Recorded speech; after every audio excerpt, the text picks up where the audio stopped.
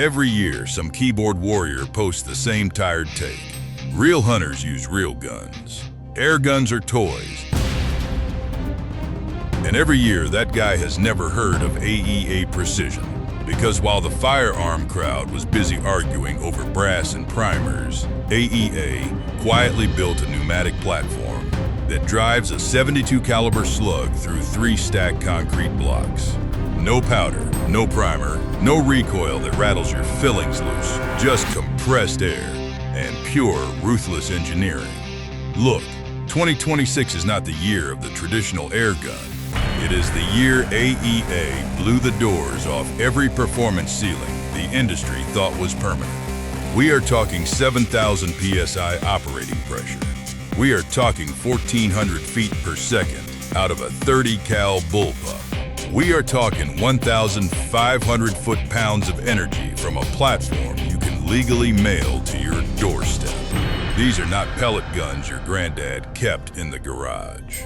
These are 5 of the most technically violent, precision-engineered pneumatic weapons ever put into production. And today we are ranking every single one of them. Welcome to Locked and Legal. Here are the top 5 best AEA Precision Air Rifles of 2026. Most guys walk into the airgun market looking for one thing. They want power. Raw, unfiltered, dial it to 11 power. And then reality hits them. Because what they actually need is a platform that gives them options, not a one-trick pony bolted to a single configuration. The AEA HP Max MK2 is the answer to that problem. Chambered in 30 cal and 35 cal, this thing weighs a hair over 6.5 pounds and folds down tight enough to disappear into a backpack. But do not let that compact frame fool you for a single second. Under that skeletal stock is a 300 CCS reservoir running at 300 BAR, 4,351 PSI, and a modular cartridge system that lets you rip out the regulated insert and swap up in an unregulated one faster than most guys can reload a bolt gun. Here is the deal on that modular system, because it is the real engineering story of this rifle. In regulated mode, the MK2 locks in between 130 and 180 BAR through the plenum, delivering a consistent flat shot string up to 130 joules. That is your pest control mode. That is your surgical, repeatable, sub-MOA accuracy configuration. Dial it here, slap in the semi-auto upgrade kit, and you have a gas-operated repeater spitting 30 cal downrange at a tempo that will genuinely surprise you. Flip to unregulated mode, pull the regulator cartridge, and that same 300 BAR reservoir pressure hits the valve raw and unfiltered, pushing output all the way up to 230 joules. That is a violent jump. The semi-auto kit comes out when you make this switch by design, because running full blowback on an unregulated system would shatter the action components like cheap plastic. It is a smart safety decision baked directly into the mechanical architecture. Now, the mechanics insight on this one is the modular cartridge swap itself. Traditional regulated PCP rifles bury the regulator deep inside the action. Changing pressure setups requires tools, bench time, and a half hour of frustration. The MK2 lets you hot swap the cartridge at the reservoir. No depressurization required on the primary bottle. That is not a marketing bullet point. That is a genuine field capability that changes how you hunt when the morning shifts from squirrels at 40 yards to coyotes at 100. The trigger brake on the MK2 snaps clean, tight like a mousetrap spring releasing. No creep, no mush. It does not try to impress you with a match-grade feel, but in the field, it is honest and consistent enough to trust. The deal breaker, that M14 by 1-threaded barrel. If you want to mount a suppressor, and on a 30 cal at these energy level, absolutely will want to, you are buying an adapter. The DONN YFL Emperor or Ronin will both thread up, but not without a 1/2x20 UNF conversion piece sitting between them and the muzzle. It is a minor logistical nuisance on an otherwise excellent platform. But on a rifle at this price point, AEA could have standardized the threading without breaking a sweat. Still, for the backpack hunter who needs big bore capability in a go-anywhere chassis, the HP Max Mark II is a legitimate workhorse. It just happens to be the least impressive workhorse on this list. And wait until you see what is sitting at number 1. Rank 4, AEA Megalodon stepping up the power now. Because if the HP Max Mark II is the tactician, the AEA Megalodon is the bruiser. No regulator, no semi-auto complexity, no fragile gas blowback components waiting to crack under stress. Just a 600 CCS dual-cylinder behemoth running at 4,500 PSI. A pump-action mechanism built like a fire hydrant, and enough big-bore caliber options to make a dangerous game hunter forget he ever needed a centerfire. We're talking 35 cal, 45 cal, 50 cal, and 58 cal. Up to 586 foot-pounds of energy from the 58 caliber 22-inch barrel variant. Let that number sit with you for a second. The pump-action design on this platform is not a gimmick, and it is not a compromise. It is an intentional engineering decision, and once you understand why, you will respect it completely. Here is the mechanic's insight on the Megalodon. Gas-operated semi-automatic actions and calibers above 35 face a brutal mechanical reality. The volume of air required to drive a 50 caliber slug generates extreme blowback pressure on the return stroke. That pressure shatters bolt carriers, cracks sear catches, and destroys magazine indexing levers. AEA looked at that problem and did something elegant. They eliminated the problem entirely. By building the pump action around the front air cylinder, they gave the operator direct mechanical control of the hammer and magazine index on every shot. You physically stroke the action. The massive 6 to 11 round rotary magazine indexes a fresh slug, and the hammer locks back hard into the sear. No pneumatic cycling components to fail. No fragile blowback geometry. Just steel on steel doing exactly what steel does best. That front cylinder wrap doubles as your pump grip. Utilitarian, purposeful. Every component earns its place on this rifle. Field reports confirm the 50 caliber version drives 240 grain slugs at 750 feet per second, landing right at 300 foot-pounds, grouping inside a grapefruit at 100 yards. The 58 caliber variant at nearly 600 foot-pounds hits medium to large game with authority that most airgun hunters have never felt before. The rapid follow-up shot capability of the pump action in big bore diameters is genuinely unmatched on this list. Now, the deal breaker, and this one is baked into the DNA of the platform. The Megalodon runs completely unregulated.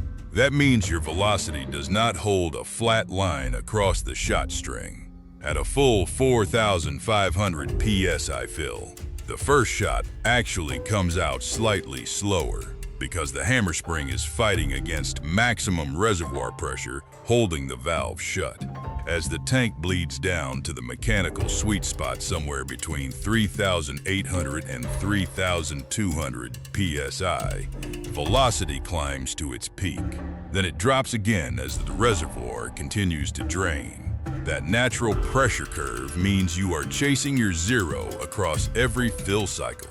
For hunting, where 1 or 2 shots at the right moment is all that matters, that inconsistency is manageable. For anyone expecting competition-grade shot-to-shot consistency, this rifle will absolutely frustrate you. The Megalodon is a brush gun, a hunting tool, a pneumatic sledgehammer with a pump handle. It is not trying to be anything else. Stepping up the power now. Rank 3. ASF Select Fire Series. Now we get into the serious hunting rigs. And before we go further, I know the traditional bolt-action crowd is already grinding their teeth at the words Select Fire Airgun. Sound off below if you have ever run a semi-automatic PCP in the field, because the guys who have know exactly why this platform exists, and the guys who haven't are about to get their assumptions completely dismantled. The AEASF series comes in compact, standard, and sniper variants. Today we are talking the Sniper, 18-inch barrel, 330 CCS air tube at 4,500 PSI, available in 22, 25, and 30 caliber, 5.7 pounds with the stock folded, a platform that gives you a closed bolt precision repeater and a gas-assisted semi-automatic tactical machine in the same chassis, swapped with a single selector switch. That is not a feature list. That is a philosophical statement about what an airgun is allowed to be in 2026. Here is the mechanic's insight. Because the engineering behind reliable semi-auto PCP cycling is genuinely complex and almost nobody explains it properly. The SF series uses an externally adjustable regulator to control both the energy output and the cycling pressure simultaneously. To reliably stroke the semi-auto action, the system requires a minimum of 30 joules of kinetic energy on the return blowback. That blowback force has to overcome the hammer spring, recock the action, and index the rotary magazine, all in a fraction of a second. Dial the regulator below that 30 joule threshold, as you might in countries with strict airgun power limits, and the blowback cannot complete the cycle. The rifle drops cleanly into manual straight pull repeater mode without any permanent mechanical modification. Legal compliance built directly into the pressure curve. That is engineering solving a real-world regulatory problem without neutering the platform for everyone else. At full power in 30 caliber, the SF Sniper pushes velocities up to 770 feet per second with 50 good shots per fill. The 22 caliber variant stretches that to over 80 shots, running up to 1,000 feet per second. Fast enough for serious pest eradication work at distance. The trigger in semi-auto mode has a slightly longer reset than you would want for a precision bolt gun. It is not mushy, but it does not snap like a dry twig the way the Mark II does. In semi-auto mode, that reset is largely irrelevant. In manual mode, you will notice it. The deal breaker on the SF series is ammunition sensitivity, and it is a real operational concern. Wide, flat-headed Diablo pellets with flared skirts, think JSB Exact King Heavies, drag against the internal magazine face during the semi-auto index cycle. Because that indexing happens in fractions of a second, any friction means the bolt slams into the rear of the pellet before it seats properly in the breech. The result is a catastrophic jam and potential barrel feeding failure. AEA's own documentation explicitly calls this out, recommending standard weight dome JSB projectiles across all 3 calibers. The manufacturer also explicitly warns against harder alloy pellets like Crosman Premiers, which can destroy the indexing mechanism under rapid fire. That is a real limitation. On a platform this capable, being locked to a narrow ammunition window is a legitimate field constraint.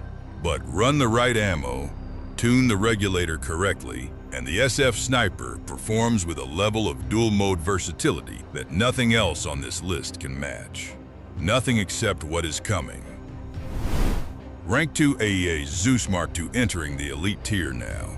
And honestly, nothing on this list prepares you for the conversation we are about to have. Because the AEA Zeus Mark II does not compete with other airguns, it competes with firearms. The Zeus Mark II is the most powerful mass-production PCP air rifle on the planet. Full stop, no asterisk. No qualifying footnote. Available in 58 and 72 caliber across 3 barrel configurations. 18, 24, and 30 inches. This platform throws 50 caliber lead downrange at up to 1,050 foot-pounds from the 30-inch tube. The 72 caliber 30-inch variant pushes that number to 1,500 foot-pounds. 1,500 foot-pounds of energy from compressed air. To put that in language that lands, independent ballistic testing documented the 72 caliber Zeus Mark II driving a 1,465 grain solid slug completely through 12 consecutive 2.5 gallon water jugs, penetrating 3 stacked concrete blocks, and passing entirely through two FBI-rated 10% ballistic gel blocks containing embedded stainless steel trauma plates.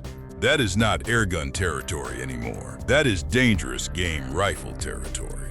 Here is the mechanic's insight, because the side lever bolt action on the Zeus Mark II is not just a design choice. It is a thermodynamic necessity. The Zeus operates at 4,500 PSI against a high-flow firing valve that needs to unseat against that full reservoir pressure on every shot. The hammer spring tension required to strike that valve with enough force to produce 1,500 foot-pounds is extreme, far beyond what a traditional top bolt or rotary side lever could handle ergonomically. AEA's heavy-duty side lever gives the operator genuine mechanical advantage on the cocking stroke, distributing that force load across the full travel of the lever arm, rather than concentrating it in a short, brutal pull. Without that geometry, cycling this rifle after a full power shot would be a white-knuckle ordeal. With it, the action cycles with authority. Stiff, yes, but controllable. The 30-inch 600cc S configuration tips the scales at 11.5 pounds unloaded. Add the optional removable rear tank system, and you are pushing 12.5. Closer to the crown means closer to that 30-inch tube. And in dense hunting brush, a 42-inch platform at that weight demands real commitment. Which brings us to the deal breaker. And it is a logistical one that will wall off a significant portion of potential buyers before they ever pull a trigger. The Zeus Mark II is a 4,500 PSI ecosystem. Filling it requires a high-pressure compressor capable of hitting 310 BAR reliably. Your standard consumer-grade hand pump is not a viable option here. Not at these volumes, not at this pressure, not for a 600 CCS bottle you are draining in 2 to 3 optimal shots. The air consumption on the Zeus is genuinely brutal. Those 2 or 3 shots at peak velocity bleed the reservoir below the valve's optimal operating threshold fast, and once pressure drops, velocity degradation is severe and vertical stringing on target becomes real. The infrastructure cost. A quality 400-plus BAR digital compressor, reinforced high-pressure lines, compatible Foster fittings, is a second purchase that rivals the rifle itself. The damage to your wallet goes well beyond the price tag on the box. For the big game hunter who is prepared for that commitment, the Zeus Mark II is an absolute monarch of pneumatic destruction. But there is one platform on this list that takes the Zeus's raw ambition, strips out the logistical brutality, adds 7,000 PSI engineering, and delivers it in a bullpup chassis the size of a carbine. And it is sitting at number 1. Rank 1, AEA Sonic series, here it is. The number 1 spot, the throne. The platform that made the entire PCP industry stop, recalculate, and quietly panic. The AEA Sonic series. Look, everything we ranked below this rifle is genuinely impressive. The Zeus Mark II generates 1,500 foot-pounds and punches through concrete. The Megalodon delivers 600 foot-pounds through a pump action that never jams. The SF Sniper gives you dual-mode tactical versatility in a 5.5-pound chassis. The HP Max MK2 hot swaps between regulated precision and unregulated brute force without touching a tool. Every single one of those platforms defines the ceiling of its own category. And then the Sonic walks in and redraws the ceiling entirely. Here is why it takes the throne. And this is the mechanic's insight that changes how you understand modern PCP engineering permanently. Every rifle below this one operates inside the same pressure paradigm that has defined the industry for the last decade. 4,500 PSI, 310 BAR. That ceiling was treated as a law of physics, not a limitation of imagination. The Sonic does not operate at 4,500 PSI. It operates at 7,000 PSI, 480 BAR. A primary reservoir pressure that is 55% higher than everything else on this list. And here is what that number actually means in practice. Storing air at 480 bar creates a substantially higher molar density of compressed gas within the same geometric volume. The Sonic's externally adjustable regulator steps that reservoir pressure down to a secondary plenum running between 100 and 250 bar and feeds that regulated charge into a 100 cc plenum sitting immediately behind the firing valve. That 100 cc plenum is the critical architecture. It guarantees a massive volume of perfectly consistent, regulated air is instantaneously available the moment the sear breaks. No velocity drop-off during valve dwell time. No shot-to-shot variance creeping into your groups. The result: 30 caliber projectiles leaving the muzzle at 1,400 feet per second. Supersonic. Genuinely, measurably supersonic. Breaking the sound barrier at 1,125 feet per second and blowing past it by 275 feet per second on the way out. Now, compare that directly to the Zeus Mark II sitting at number 2. The Zeus generates more raw foot-pounds. Nobody disputes that. 1,500 foot-pounds against the Sonic's 200-plus foot-pounds in 30 caliber is not a close comparison on a ballistic calculator. But the Zeus gives you 2 or 3 optimal shots before the reservoir bleeds below threshold and velocity collapses. The infrastructure to refill it demands a specialist compressor that costs as much as a used car. The Sonic, running a 400 ccs bottle at 480 bar, delivers up to 30 shots in 30 caliber at that 1,400 feet per second ceiling, and up to 180 shots in 22 caliber.